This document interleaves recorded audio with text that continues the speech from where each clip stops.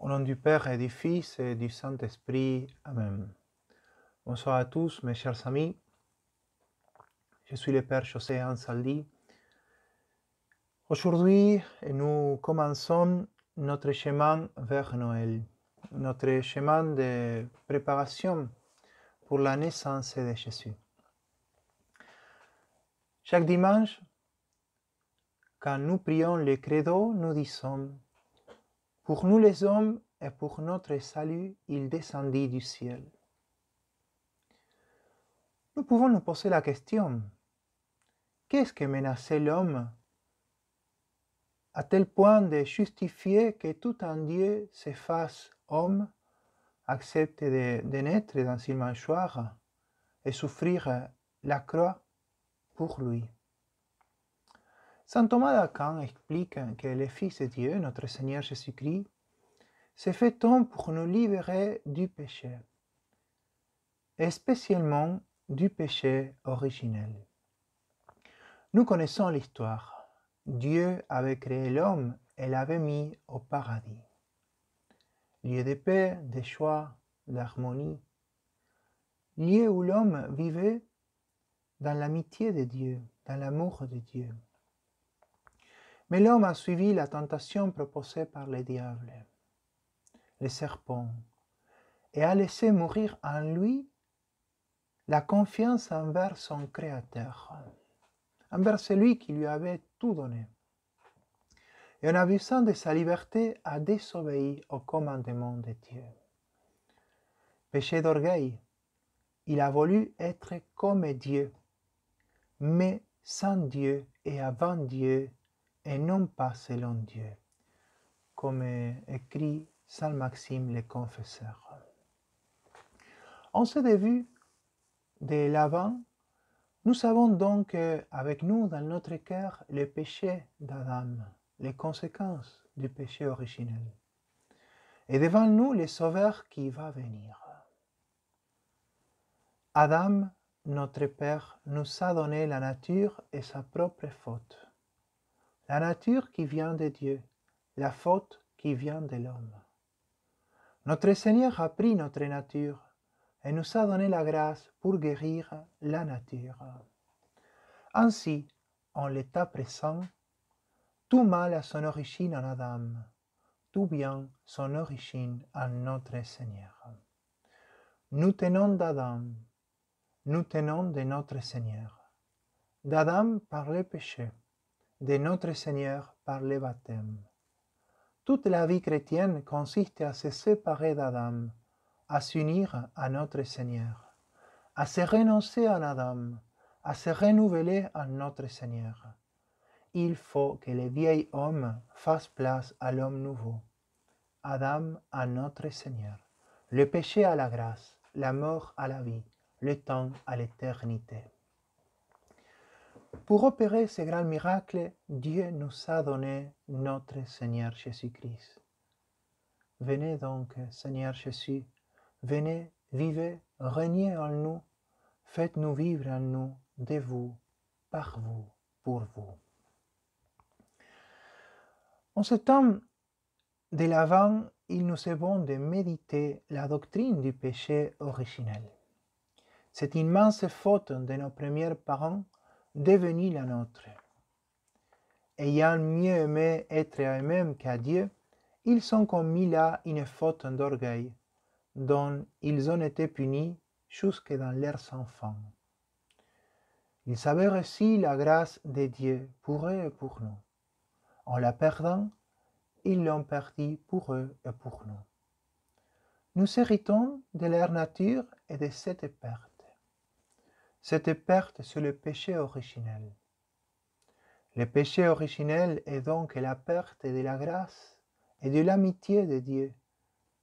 C'est une plaie faite à notre pauvre nature humaine.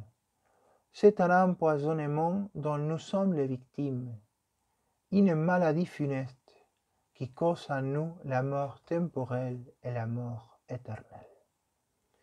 Voilà le mal.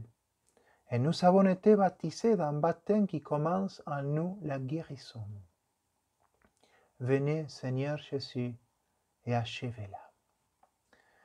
Le péché originel blesse à la fois notre corps et notre âme. Il blesse notre corps, qu'il a assujetti à la maladie et à la mort. En effet, Adam et Ève, avant le péché originel, ne tombaient pas malades, n'allaient pas mourir.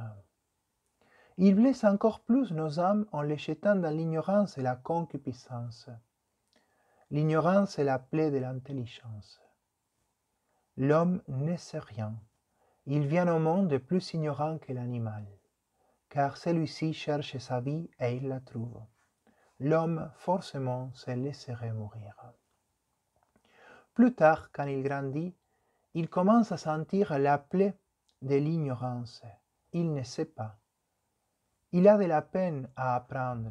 Il répugne à étudier. Et puis, s'il étudie, sa mémoire le trompe. Son esprit se refuse de se porter aux choses spirituelles. Et toute sa vie, il souffrira de cette plaie. Encore, la plaie de l'ignorance, c'est presque rien, à côté de celle de la concupiscence. Celle-ci rend l'homme insensible au bien, très enclin au mal. Très enclin au mal.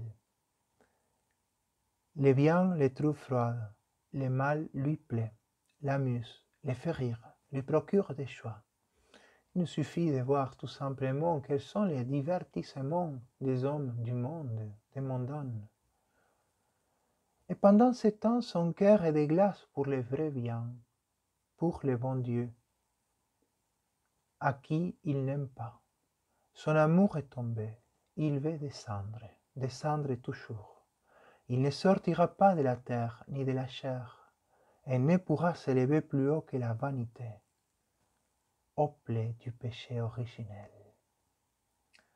Venez, venez Seigneur Jésus, et guérissez mon âme.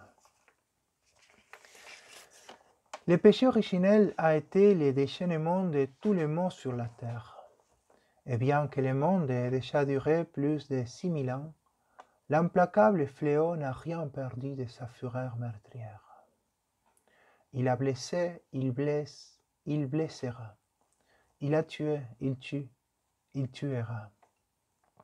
Combien d'âmes ont été précipitées par lui en enfer? Combien y sont précipités chaque jour? Combien y seront précipités jusqu'à la fin des temps? Il meurt chaque jour 150 000 hommes sur la terre. Dans ce nombre, il y a plus ou moins 100 000 qui meurent sans avoir été baptisés.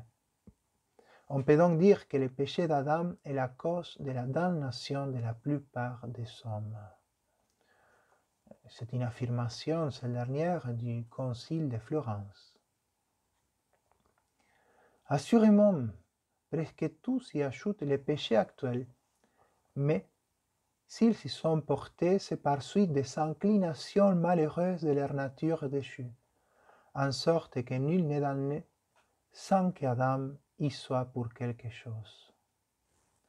Si l'on savait bien ce que c'est que le péché originel, comment on prierait pour le salut des âmes, la propagation de la foi, l'émission, le baptême des enfants? Venez, Seigneur Jésus, venez et sauvez-nous.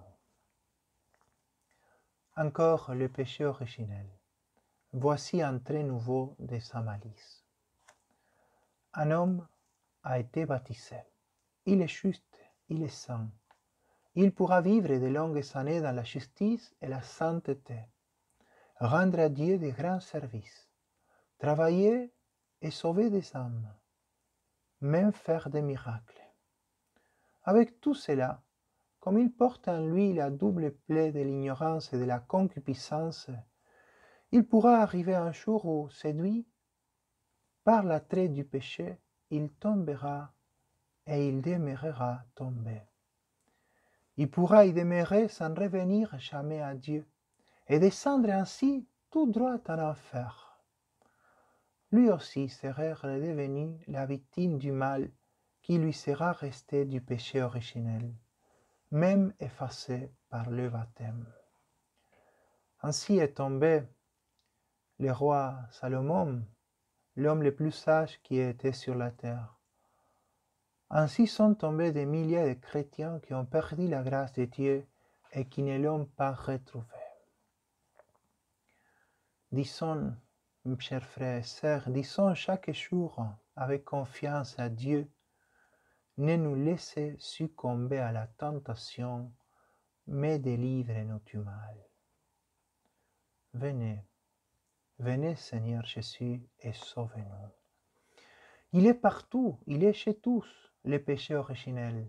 Tous ont péché, tous sont morts, dit souvent Saint Paul.